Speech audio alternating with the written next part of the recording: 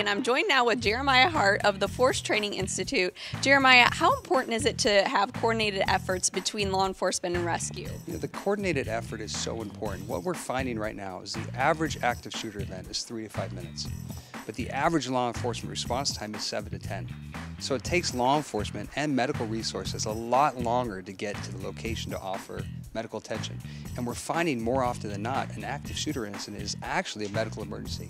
So this coordinated effort between law enforcement and the associates and the fire department paramedics working closer together is paramount to really have a good safety plan to save people's lives when these incidents happen. Absolutely, good point. And how important is it being prepared for an incident? It's so important to be prepared ahead of time, because what we find is instead of fight or flight, people actually freeze a lot of times, even if you don't talk to them about what to do. During the crisis, they end up freezing and they don't run away from the threat, or sometimes will even go towards it.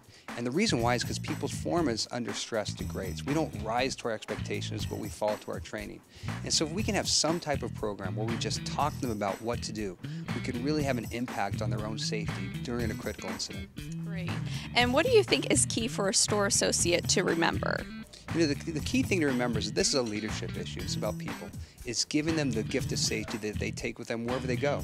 And you could do that just giving them a couple tools of what to do during a crisis, whether that's running out of the store if they have to and telling people to follow them, whether it's getting to a safe location and locking and closing the doors, and even what to say to the police to get attention there right away.